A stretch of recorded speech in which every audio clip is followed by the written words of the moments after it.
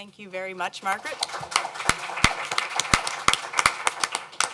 Bonjour tout le monde, bienvenue. C'est un grand plaisir d'être parmi vous aujourd'hui.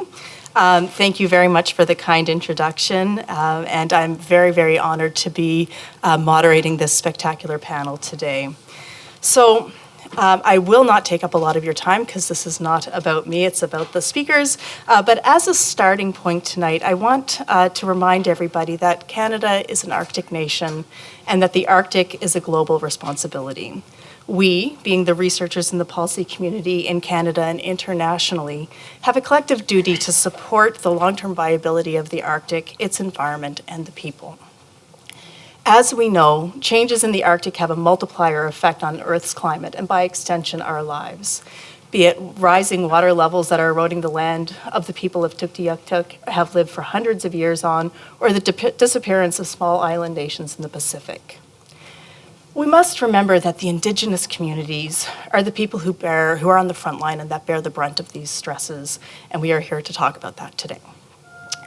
Not only climate change is affecting the Indigenous peoples up north, but also the increasing number of researchers that are descending on the Arctic from the south. So we have to bear that in mind as well. NSERC, the Natural Sciences and Engineering Research Council of Canada, along with its other sister agencies, the Canadian Institutes of Health Research and the Social Sciences and Humanities Research Council, have a long history of supporting academic research in Canada's north and the Arctic. And much of that has been truly impactful in terms of advancing knowledge and developing solutions in areas such as food security, ecosystem management, and health.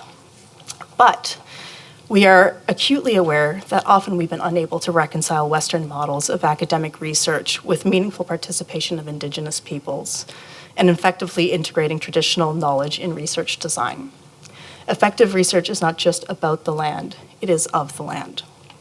So I'm here today to listen and to better understand how we can make a substantive shift in our thinking from an academic-driven research agenda to one that reflects the needs, the priorities, the knowledge, and the values of Indigenous peoples and communities, and have them as an integral part of the research that we support.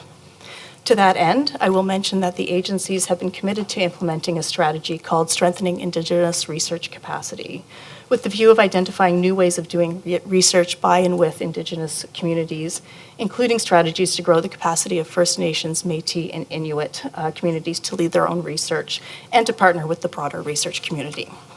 With that, I will stop talking and go into listening mode. I'm excited with the excellent panel that we have here today. We will start with Tim, and I will remind everybody that we have about 10 minutes per speaker. I will be tough but fair on timing. Over to you.